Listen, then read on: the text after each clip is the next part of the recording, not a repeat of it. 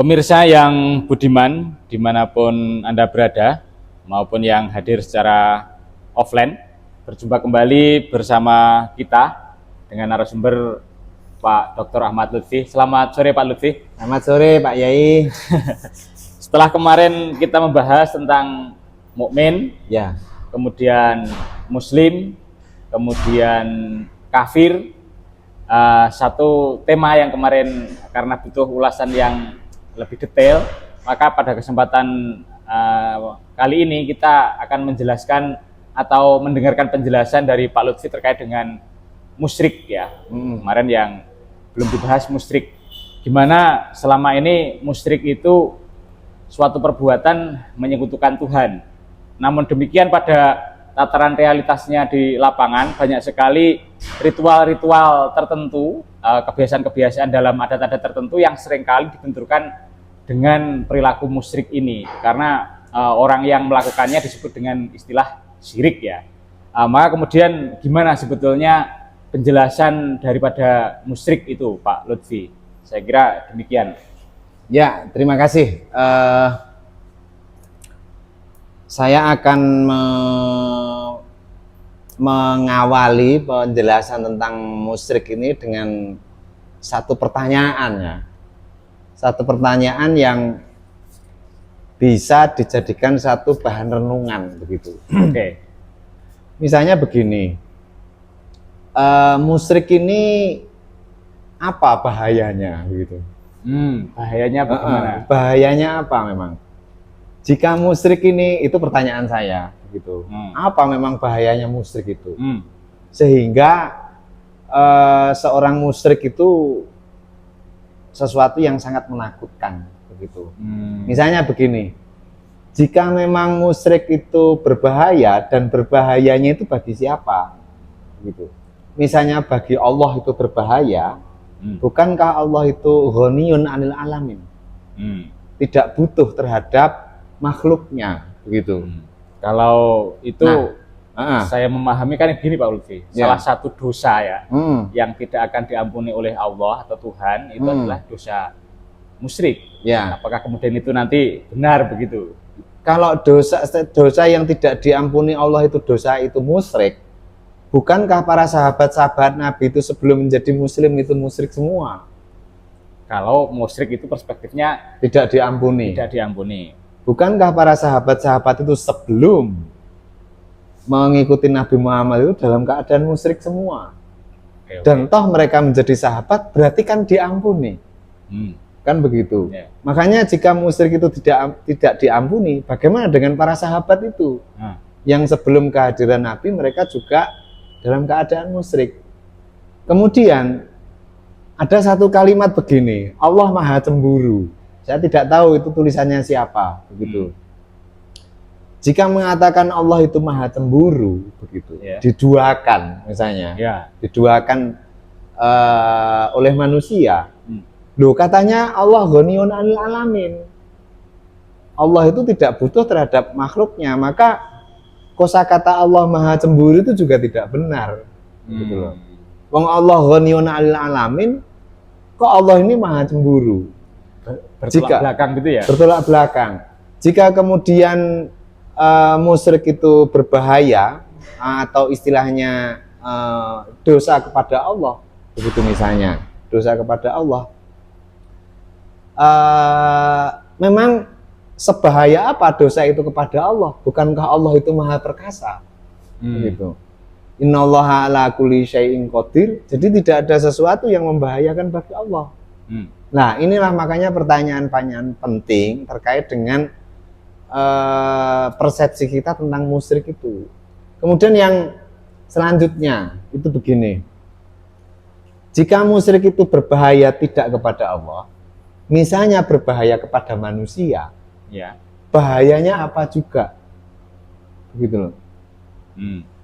Apakah dengan musyrik itu kita dirugikan? Misalnya yang musyrik itu teman saya, menyembah sesuatu selain Allah misalnya. Apakah itu berbahaya bagi saya? Kan tidak. Begitu loh. Terus lalu kemudian begini, jika musyrik, itu memang tidak berbahaya bagi Anda, tapi berbahaya bagi dirinya misalnya. Berbahayanya apa? Begitu loh. Bukankah di Mekah itu mengalami proses kemusyrikan itu beratus-ratus tahun dan mereka enjoy aja menikmati hidup itu. Begitu. Makanya kemudian musyrik ini sebetulnya bagaimana ini loh. Ya. Dari pertanyaan-pertanyaan seperti itu, maka kemudian penting bagi kita untuk memahami musyrik. Itu yang pertama. Kemudian yang kedua, memang Nabi Muhammad memusuhi musyrik di Mekah itu. Itu musuh utama Nabi Muhammad itu memang musyrik. Musuh utama musyrik begitu. Cuman kita jangan berpikir yang sebagaimana yang saya katakan tadi ya. Bahwa musyrik itu berbahaya. Berbahaya bagi siapa? Seperti pertanyaan tadi. Toh di Madinah. Toh di Madinah. Itu di Piagam Madinah itu ada klausa. Di Piagam Madinah. Di Piagam Madinah itu ada klausa yang klausa itu menyatakan seperti ini, gitu. Wa innahu la yujiru musyrikun malan liquraisin wala nafsan wala yakhulu dunahu alal mu'minin. Itu klausa di dalam Piagam Madinah. Kita tahu kan Piagam Madinah itu yang membuat Nabi Muhammad. Ya kan? Yang membuat Nabi Muhammad beserta suku-suku yang ada di Madinah. Pada waktu Nabi Muhammad hijrah di Madinah. Nah, di dalam Piagam Madinah yang membuat Nabi beserta suku-suku itu ada klausa seperti yang saya katakan tadi. Wa innahu la yujiru musyrikun malan ila akhirih. Yang artinya begini. Wa innahu la yujiru musyrikun malan. Orang-orang musyrik Madinah itu tidak boleh tidak boleh menjamin atau melindungi. Yujiru itu mentetanggai. Mentetanggai itu artinya menjamin, berteman atau kemudian melindungi. Wa innahu la yujiru musyrikun malan liquraisin. Harta milik orang-orang Quraisy Mekah. Itu kan berarti musyrik itu di Madinah. Dikasih warning sama Nabi Muhammad, "Hai musyrik Madinah, kamu tidak boleh menjamin, melindungi, bertetangga, berteman dengan harta orang-orang milik Quraisy Mekah." Posisinya berarti musyrik ini bagian dari yang bergabung dengan Nabi Muhammad dalam konsep Piagam Madinah atau? Yang gabung ya? Yang gabung gitu loh. Buktinya ada klausa itu. Nah, ya maksudnya kok larangan begitu berarti kan bagian begitu loh. Ya, bagian. Wa innahu la yujiru musyrikun malan liquraisin wala nafsan, dan tidak boleh orang-orang musyrik Madinah ini melindungi jiwa. Orang-orang musyrik, orang-orang Quraisy Mekah. Kan begitu. Wala yakhulu dunahu alal mu'minin, dan tidak boleh mencampuri gitu ya, mencampuri urusan orang-orang beriman. Orang-orang beriman ini maksudnya adalah orang-orang beriman yang ada di Madinah. Tidak boleh ikut campur begitu. Nah, di dalam hal ini memang musyrik di Mekah itu musuh Nabi Muhammad. Tapi ada juga loh musyrik di Mekah, gitu, yang bergabung bersama Nabi Muhammad. Ketika di Mekah musyrik, kemudian di Madinah gabung Nabi Muhammad. Bukan. Musyrik itu memang musuh Nabi Muhammad di Mekah. Gitu ya. Di Madinah itu juga ada musyrik. Maka gitu sebutannya tadi. Di Madinah itu juga ada musyrik. Yang musyrik itu bergabung dengan Nabi Muhammad di Piagam Madinah. Dan Nabi Muhammad melindungi mereka. Buktinya klausa yang saya bacakan tadi. Hei orang-orang musyrik, kamu tidak boleh bekerja sama, yujiru, dengan orang-orang Quraisy Mekah, tidak boleh melindungi hartanya, tidak boleh melindungi jiwanya, begitu. Dan tidak boleh ikut campur tangan terhadap persoalan-persoalan yang ada di orang mukmin. Nah, begitu. Ini kan berarti musyrik di Madinah ada. Nah, kan begitu. Musyrik di Madinah ada. Dan mereka tetap musyrik, tapi dalam Nabi Muhammad itu dimasukkan dalam Piagam Madinah. Bayangan saya, ketika mendengarkan penjelasan Pak Lutfi, yang dilarang kok malah tidak melindungi dan seterusnya tadi. Kok tidak tinggalkan sesembahanmu kalau dia ada persekutuan dengan Allah atau selain dengan Tuhan atau membahayakan dirinya dan seterusnya, kok tidak begitu? Itu kan yang asumsi yang saya tangkap, Pak Lutfi. Itu artinya jika musyrik itu persoalan teologis, menyembah dua Tuhan, menyembah dua Tuhan. Toh di Madinah ada, oleh Nabi Muhammad dibiarkan dan dilindungi. Begitu. Gitu loh. Jadi tidak persoalan teologis. Lalu musyrik ini persoalannya apa? Gitu maksud saya. Persoalannya apa kalau begitu? Karena selama ini yang berkembang teologis, Pak Lutfi. Khawatir kalau keimanannya tergadekan karena mengakui dua kepercayaan. Percaya pada Allah, juga percaya pada kayu atau batu atau yang lain begitu. Lalu kemudian begini juga ini ada sumber juga ini. Siapa sih memang sebetulnya yang namanya musyrik di wilayah Madinah ini? Salah satu tokohnya. Ini beri sebutan tadi yang spesifik tadi dipanggil musyrik, berarti ada oknumnya. Ada oknumnya gitu. Nah, ini saya peroleh dari buku Koeksistensi Islam Kristen. Itu yang ditulis oleh Prof. Mun'im Siri, ini orang yang sangat luar biasa ini menurut saya. Prof. Mun'im ya. Itu dalam buku Koeksistensi di halaman 56. Itu musyrik itu adalah tokohnya itu bernama Sofyan bin Umayyah. Berarti di Madinah. Di Madinah gitu. Dan ikut perang Hunain. Gabung bersama pasukan yang dipimpin oleh Nabi. Gabung bersama pasukan Nabi Muhammad. Musyrik. Tidak disuruh meninggalkan ritual atau apanya ya? Iya. Jadi artinya ada musyrik yang menjadi pasukan Nabi Muhammad. Salah satu tokohnya Sofyan bin Umayyah itu. Sofyan bin Umayyah.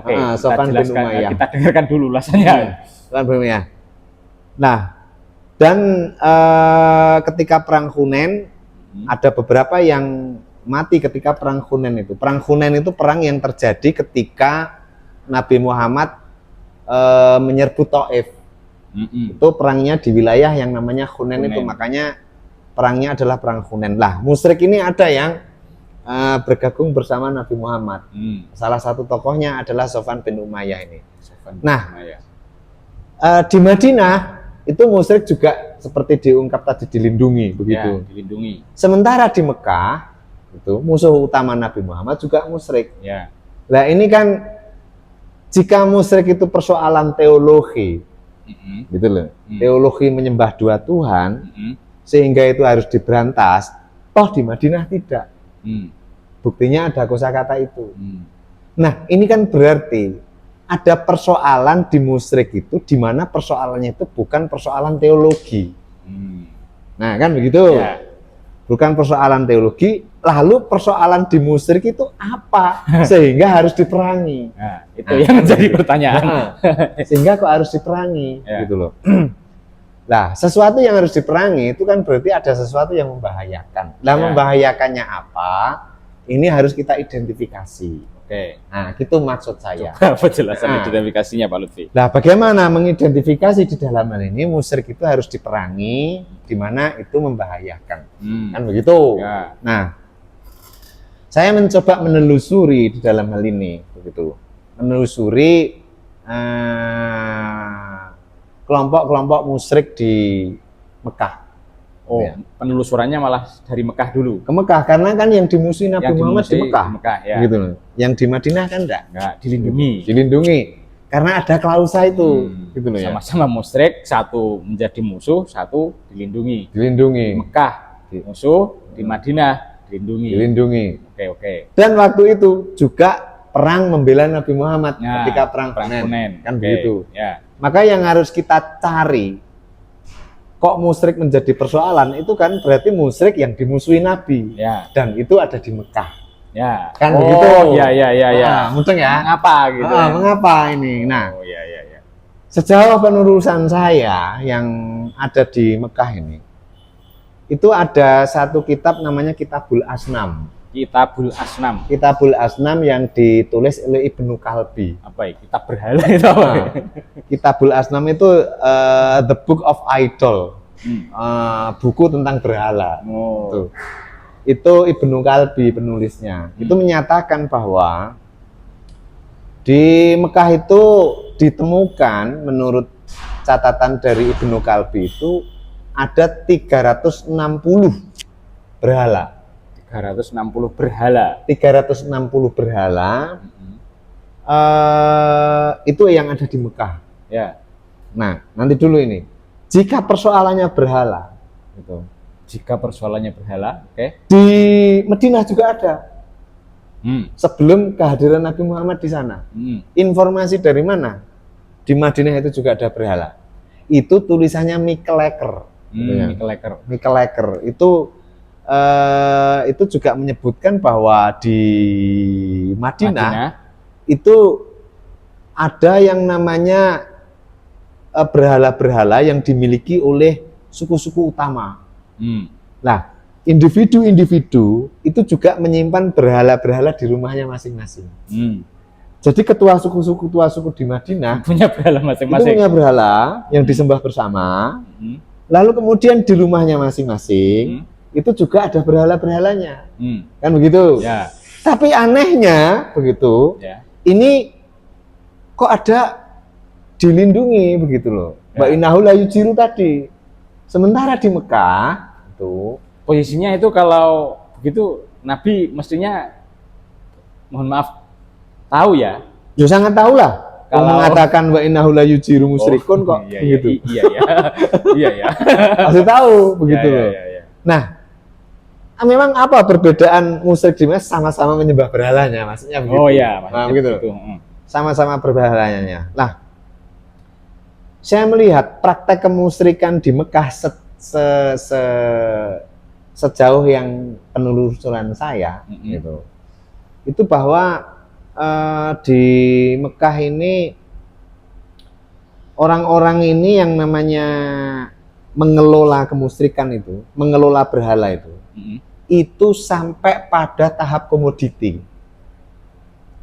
Mengelola berhala sampai pada tahap komoditi. Begitu.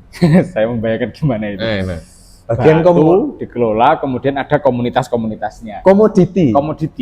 Beda dengan komunitas ya? Beda. Apa bahasa komoditi itu berefek kepada ekonomi. Oh, gitu loh. Begitu. Jadi berhala itu di Mekah itu bagian dari komoditi. Gitu loh. Bagian akan menghasilkan sesuatu dari proses penyembahan itu begitu. Ada pundi-pundi material yang berefek kepada orang-orang yang mengelola itu. Nah, saya teringat ada satu buku yang mengulas ini, saya lupa sumbernya itu ya. Tapi kalau ditelusuri itu ada. Itu menyatakan begini, orang Mekah itu mulai melakukan reaksi kepada Nabi Muhammad. Orang Mekah ya? Orang Mekah, kan yang kita bahas Mekah ini. Karena musyrik yang dimusuhi, begitu. Orang Mekah ini terkait dengan berhala-berhala yang dikelolanya ini, gitu. Ketika Nabi Muhammad ini mulai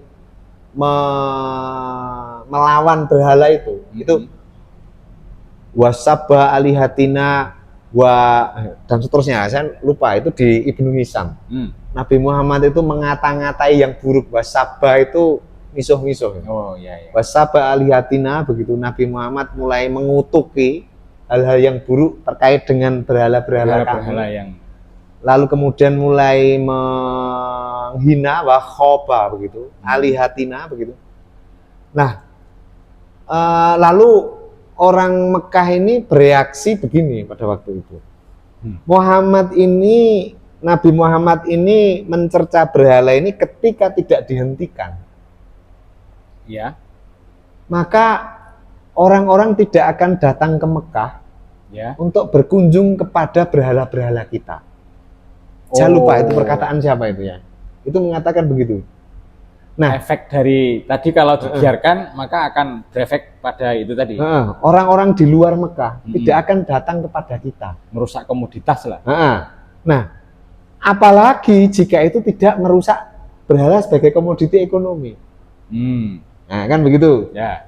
Makanya ketika Nabi Muhammad mengata-ngatai yang buruk terhadap berhala-berhala mereka, mereka takut orang-orang di luar Mekah itu tidak berkunjung ke Mekah lagi. Karena berhala-berhala itu bagian dari komoditinya. Nah, pertanyaannya apa kira-kira komoditi yang dihasilkan dari berhala itu? Ya, gitu. Sampai segitunya oleh orang-orang di Mekah itu. Nah, ini ada satu riwayat, ada 2 berhala ya yang di waktu itu merupakan berhala yang cukup penting gitu. Yaitu berhala Nailah sama apa itu satunya itu. Ada 2 berhala itu Nailah. Nailah itu satu berhala yang sudah ada sejak zamannya Amr bin Lu'ay. Keberadaan berhala itu. Berhala itu. Lah, posisi berhala itu, ini salah satu aja contohnya. Berhala-berhala ini diperlakukan ketika orang itu mau melakukan perjalanan dagang. Atau ketika orang itu mau memanjatkan hajat. Gitu. Itu datang ke berhala itu. Gitu ya. Memohon sesuatu begitu. Memohon sesuatu melalui berhala itu. Nah, memohon sesuatunya bukan hanya kata-kata, tapi sampai pada tingkat ada pengorbanannya. Sampai ada pengorbanannya. Ada pengorbanannya. Yang paling sering pengorbanannya adalah kambing. Nah, kan begitu. Ya. Jadi kambing itu disembelih, dikeluarkan isi perutnya, lalu kemudian yang namanya usus sama hati sama paru itu diletakkan di atas berhala. Sebagai apa ya, bahasa sederhananya tumbal gitu boleh nggak? Dianggap itu sebagai sebuah tumbal begitu. Mungkin begitu ya, tapi kok kayaknya nggak begitu juga sih. Gitu. Diletakkan di atas kepalanya. Lalu darah yang keluar dari hewan yang mau dipersembahkan itu diambil, diusap-usapkan ke berhala tadi. Ke berhala itu. Itu salah satu pelakunya adalah Abu Sofyan. Abu Sofyan dari Bani Abdus Sams. Itu begitu. Nah, lalu kemudian daging dari kambing itu setelah dikelupas kulitnya, lalu dimasak, itu lalu kemudian diletakkan di depannya berhala itu, Nailah itu. Di depannya itu ada tempat namanya nusub. Nusub itu altar. Altar diletakkan di situ. Lalu kemudian ada sadinat. Apa itu sadinat? Sadinat itu pemimpin ritual untuk mengkabulkan doanya sang pemilik hajat. Yang menghantarkan doa itu tadi. Menghantarkan doa. Jadi misalnya prakteknya gini nih. Anda ingin punya hajat. Ini ada berhala begitu. Saya misalnya yang sadinat. Punya berhala atau bukan itu sadinatnya? Belum tentu. Sadinat itu pemimpin doa. Kendati bukan pemilik berhala. Bukan pemilik berhala gitu. Doa. Anda harus mengeluarkan ini wedus kendit. Misalnya begitu. Misal ya. Misal wedus kendit di sini, lalu kemudian disembelih, darahnya saya usap-usapkan. Lalu kemudian isi perutnya saya letakkan di atas berhalanya, lalu dagingnya itu setelah dimasak saya letakkan di atas nusub, lalu hajatnya apa, Anda laporan kepada saya, lalu kemudian saya doakan melalui ritual di depan berhala itu. Nah, bla bla bla. Oleh sadinat tadi. Nah, Anda bayangkan ketika berhala itu jumlahnya 360. Harus beli 30 kambing. Bukan. 360 itu artinya kan yang berdatangan di musim-musim haji itu kan banyak. Oh, begitu maksudnya. Yang memohon doa karena mau punya hajat-hajat tertentu banyak. Maka akan ramai ini. Maka berhala-berhala itu menjadi situs-situs penting yang berefek kepada pundi-pundi kekayaan. Oh, iya. Kan begitu kan? Momen-momen tertentu, pada saat tertentu, berhala-berhala tadi akan banyak dikunjungi. Biasanya di bulan-bulan haram. Begitu, bulan-bulan haram itu Rajab, Muharram, Zulqa'dah, Zulhijjah. Itu dikunjungi banyak orang kan yang ingin dikabulkan hajatnya kan. Nah, dari bulan itu ini para sadinat-sadinat ini ada panen, proyek panen lah. Proyek pengkabulan doa. Oh, iya. Ya. Proyek pengkabulan doa. Lalu kemudian 360 berhala yang ada di Mekah itu menjadi tempat-tempat pengabulan doa itu. Nah, jika jumlahnya 360 berhala, lalu kemudian semuanya dikunjungi, ya. Lalu kemudian dari 360 itu per berhala itu misalnya 1 kambing, berarti kan 360 kambing. Ya. 360 kambing, ya kalau yang ingin dikabulkan hajatnya hanya 1. Kalau banyak, umpamanya 10 sudah 360 kali 10. Kali 10. Itu berapa 10. Itu? Belum kalau ratusan. Belum kalau ratusan. Kalau kan kalau musim haji kan banyak. Iya. Lalu kemudian daging-dagingnya ini. Oh, ya, ini daging. Yang diletakkan di atas nusuk ini. Ini penikmatnya siapa? Kan begitu. Disembelih ya itu ya? Ya disembelih lah. Itu. Penikmatnya itu salah satu lembaga di Mekah yang namanya Humus itu. Oh, ya, kemarin yang kita singgung. Humus itu institusi kemarin ya? Institusi yang mengharamkan atau pengelola tanah haram Mekah. Nah, ya. Berhala-berhala ini adanya kan di tanah haram Mekah itu. Makanya kemudian berhala ini punya efek ekonomi yang luar biasa. Gitu. Efek material.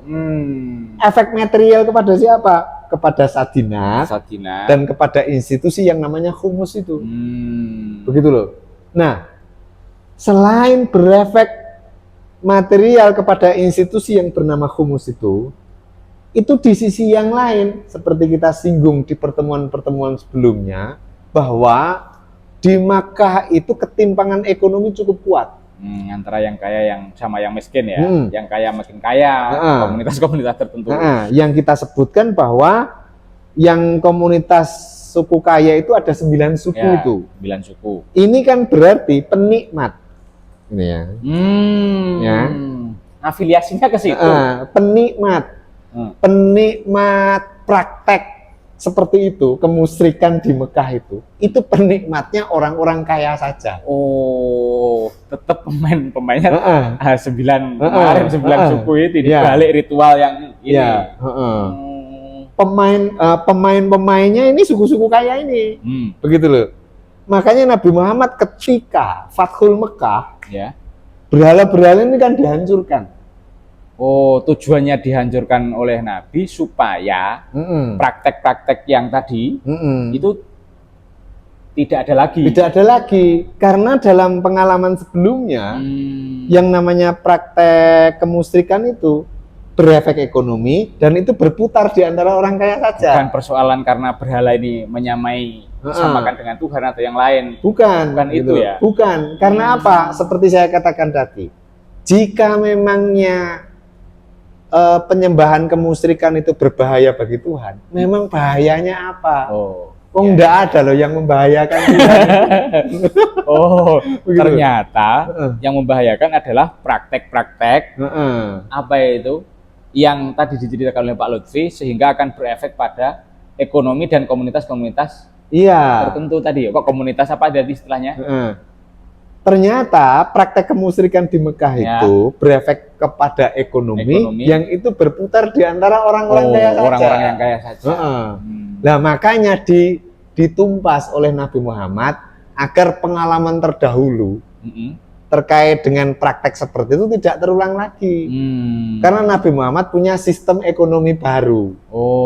Gitu loh. Sistem ekonomi baru itu apa? Seperti yang kita ungkap pada konten sebelumnya, yaitu sistem ekonomi Islam. Ada zakat, ada dan seterusnya, di mana harta itu biar tidak berputar di antara orang kaya saja itu prakteknya ada zakat itu. Sehingga dana itu atau kekayaan itu sampai kepada orang-orang yang miskin sehingga keadilan itu tercipta. Jadi di dalam konteks ini berhala itu mencederai keadilan. Oh, konteksnya gitu. begitu ya. Nah, ditumpasnya berhala-berhala tadi karena menciderai keadilan. Menciderai keadilan. Karena dari proses ritual itu berpusat pada orang-orang orang kaya itu. Nah, mungkin di sini letak kesalahan ketika kita memandang Fathul Mekah itu Nabi Muhammad menghancurkan berhala itu. Letak kesalahannya di mana? Persepsinya ketika dipotongi berhala itu persepsinya teologi. Ya, betul. Dianggap berhala-berhala ini menyamai Tuhan. Menyamai Maka Tuhan. supaya dia tidak lagi menyembah Tuhan yang kedua alias berhala, dipotongnya aja. Potongnya aja. Saya kan begitu. Karena itu mencederai keadilan. Gitu loh. Motifnya itu ternyata mencederai keadilan itu. Mencederai keadilan itu. Makanya harus dipangkas. Gitu. Okay. Dari sini berarti musyrik Madinah itu praktek kemusyrikannya tidak seperti di Mekah. Nah. Makanya Nabi Muhammad menjadikan mereka sebagai pasukannya, yang akhirnya mereka ikut perang di dalam perang Hunain itu. Gitu loh. Yang di Madinah nggak menjadikan praktek ritual seperti orang-orang di Mekah ini tadi ya? Orang tidak seperti itu. Hanya mungkin ya sebagai praktek ritual pribadi, gitu. Praktek ritual pribadi. Dan tidak mencederai keadilan. Makanya oleh Nabi Muhammad, wa innahu la yujiru musyrikun malan li Quraisyin wala nafsan wala yakhuludunahu alal mu'minin. Kamu boleh bergabung dengan kita, tapi kamu jangan bekerja sama dengan Quraisy Mekah itu.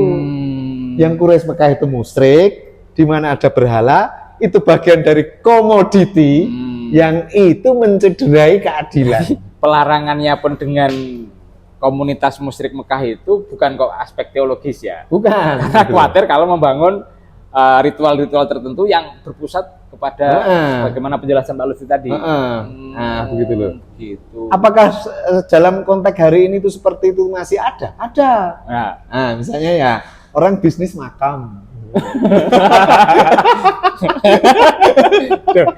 Umpamanya ya. Umpamanya. Ya. Makam itu kan ada pundi-pundinya, gitu loh. Ada orang infak di sana, ada ininya. Yang mengambil siapa? Pengelolaannya siapa? Mencederai kemanusiaan apa enggak? Makin diglorifikasi, ternyata ampuh ke sana, doa-doanya dikabulkan lewat sadinat tertentu, akhirnya menjadi orang berbondong-bondong ke sana, minta doa. Lalu kemudian orang yang minta doa itu berinfak, dia enggak tahu pengelolaan infaknya untuk siapa? Pengelolaan untuk siapa? Lalu kemudian jangan-jangan keuntungan bagi zuriat-zuriatnya. Komunitas kemasyarakatan tertentu kayak 9 suku di Mekah itu. Nah, itu. Itu loh. Begitu. Makanya kemudian, lah kalau ceritanya seperti itu, kan sama. Ya. Gitu loh. Kalau ceritanya sama seperti itu, berarti kan bagian dari yang harus ditumpas. Karena mencederai keadilan. Ini pemirsa. Berarti kalau begitu musyrik itu tidak berhubungan dengan aspek teologis, tidak berhubungan dengan tapi praktik-praktik tertentu yang kemudian atas nama tadi pemujaan dan seterusnya itu akan berputar kekayaan-kekayaan itu pada orang-orang yang tertentu pula. 9 suku atau 9 naga yang di Mekah itu. Nah, kemudian begini, terus solusinya apa? Begitu loh. Solusinya apa di dalam konteks ini? Solusinya Nabi memunculkan yang disebut dengan konsep Hanif. Gitu loh. Konsep Hanif. Hanif. Gimana itu konsepnya? Hanif itu bagian dari agama Ibrahim kan. Kamu ini kalau berdoa kepada Tuhan begitu. Ya. Itu jangan melalui begitu-begitu. Itu loh, praktek perantara-perantara seperti itu. Praktek perantara-perantara seperti itu loh. Ya. Terbukti mencederai keadilan. Maka ketika berdoa lurus saja. Bukan pihak-pihak tertentu ya. Langsung lurus saja lah. Model berdoa beribadah dalam arti ritual lurus, itulah yang disebut dengan Hanif. Begitu loh. Nah, inilah Hanif itu begitu. Jadi tidak usah melalui perantara-perantara itu. Hati-hati loh, Anda dimainkan loh. Memang 1000-2000 tidak terasa begitu. Kalau banyak. Kalau banyak begitu. Dan jumlah pengunjung itu ribuan. Gitu. Jadi spirit ini Pak Lutfi ada di ayat Al-Qur'an itu kan ala tusriku bihi syai'a. Itu spiritnya begitu tadi. Spiritnya begitu tadi, begitu loh. Jadi yang bihi syai'anya la tusyriku bihi syai'a gitu. Mensekutukan sesuatu dengan sesuatu. Sesuatu itu antara lain seperti berhala itu. Berhala bukan dalam arti benda loh ya. Ya. Berhala dalam arti itu sebagai satu komoditi. Untuk walaupun memintanya itu kepada Tuhan. Walaupun memintanya kepada Tuhan. Tapi motifnya yang diwaspadi berarti kan motifnya itu. Jadi ada pemain. Ya, begitu gitu kan. Maksud saya begitu Pak Lutfi. Ada pemain ketuhanan. Nah, gitu loh. Yang mencoba membaca. Begitu ya. Kenapa saya tanya begitu kan kalau hari ini mungkin sebagai perantara. Ini tidak lain hanyalah untuk tapi pada prinsipnya sama, ada pada Tuhan lah. Iya, gitu kan. Itu juga dikatakan oleh orang-orang musyrik Mekah. Mana butuhum illa liyuqarribuna ilallahi zulfa. Oh, begitu. Ya Nabi Muhammad, kenapa kamu memusuhi ini? Kami itu tidak menyembah ini.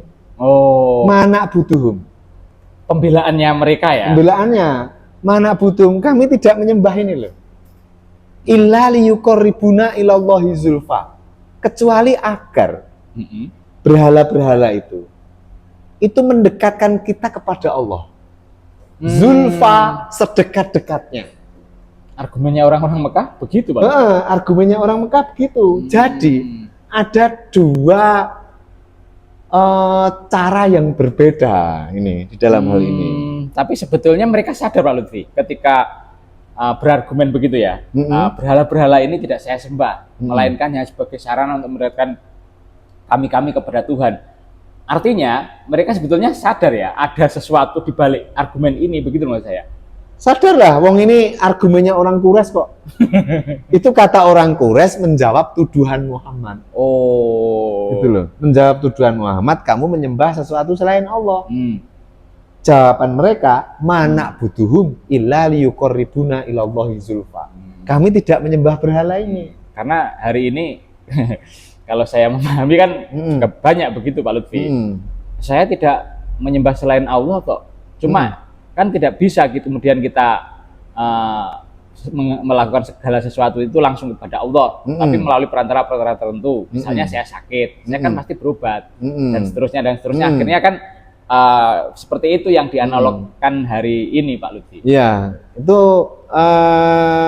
dianalogkannya memang begitu, tapi analogi itu tidak kompatibel gitu ya. Tidak apple to apple dengan kejadian waktu itu. Gitu. Anu ya, motifnya justru nggak kebaca ya. Nggak kebaca begitu. Makanya kemudian berarti di dalam konteks ini musyrik dimusuhi di Mekah oleh Nabi Muhammad itu karena mencederai keadilan itu. Nah, ini keadilan. Ini poinnya.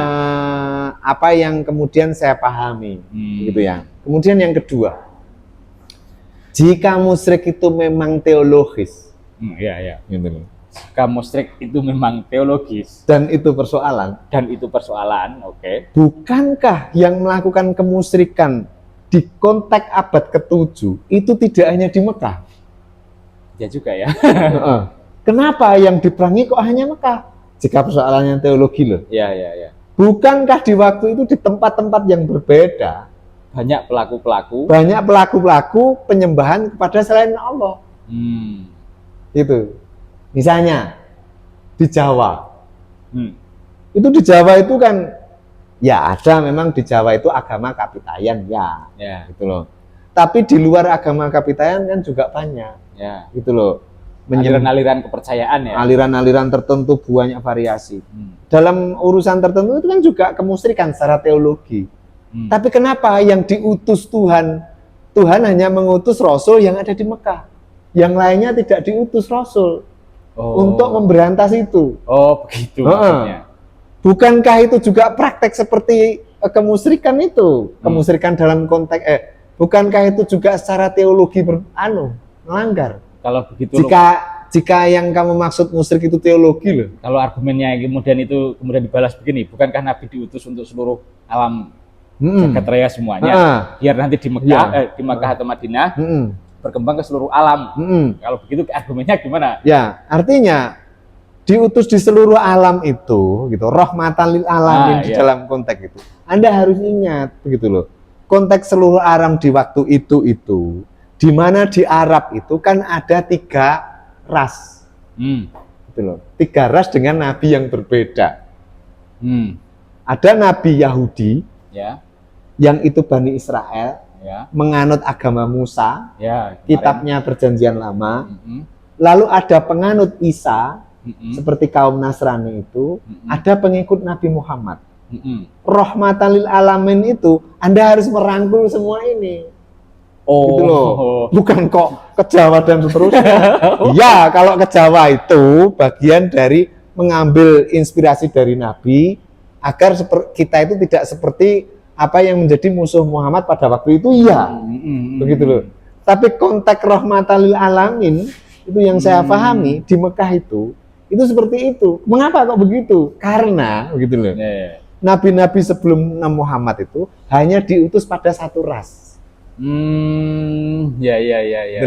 Oh. Nabi Musa ke Bani Israel. Ya. Nabi Isa ke Bani Israel. Dan Nabi Muhammad ke Arab dan Bani Israel. Maka rahmatan lil alamin. Rahmatan lil alamin. Semua agama samawi. Gitu loh. Jadi makanya konteks atau arti rahmatan lil alamin itu seluruh dalam konteks dan ruang waktu itu. Oh, gitu. Ya. Paham ya? Paham. Oke, kita lanjutkan ke persoalan teologi tadi. Jika musyrik itu persoalannya teologi, bukankah pada waktu itu yang melakukan praktek seperti itu banyak, tidak hanya di Mekah? Ya. Bagaimana dengan ada yang di Persia? Ya. Ada agama Manui, ada Zoroaster, dan seterusnya. Bagaimana dengan di Jawa? Bagaimana dengan di Cina? Kenapa Tuhan juga tidak mengutus Rasul ke sana jika persoalannya teologi loh, gitu. Dan membahayakan dirinya. Dan membahayakan, gitu. Apa susahnya sih yang Maha Kuasa mengutus 2-3 Rasul? Wong Dia kan Maha Kuasa. Gitu. Dan itu kan tidak dilakukan oleh Tuhan. Yang dilakukan hanya di Mekah. Kan begitu kan? Yeah. Di Mekah dalam konteks waktu itu karena ada praktek kemusyrikan. Yang kemusyrikan itu sejauh yang saya pahami mencederai kemanusiaan seperti tadi. Oleh karena itu yang ditumpas itu alat produksi pencideraan keadilan itu. Yang itu adalah berhala. Gitu loh. Karena ini sumber atau bagian dari alat ketidakadilan itu. Makanya harus dipotong seperti pada waktu kasus Fathul Mekah itu. Saya kok mager begitu. Magernya karena kalau kita memahami argumen-argumen mana butuh ilali koribone lobahi zulfa tadi di praktek-praktek dewasa ini, karena motif ini nggak ketangkep, seolah-olah adalah memohon kepada Tuhan melalui perantara-perantara tertentu, tapi kemudian menghasilkan pundi-pundi ekonomi yang berpusat pada komunitas-komunitas tertentu tadi. Itu kan berarti malah memperluas makna atau melanggengkan perilaku musyrik itu sendiri. Iya lah, begitu loh. Begitu loh.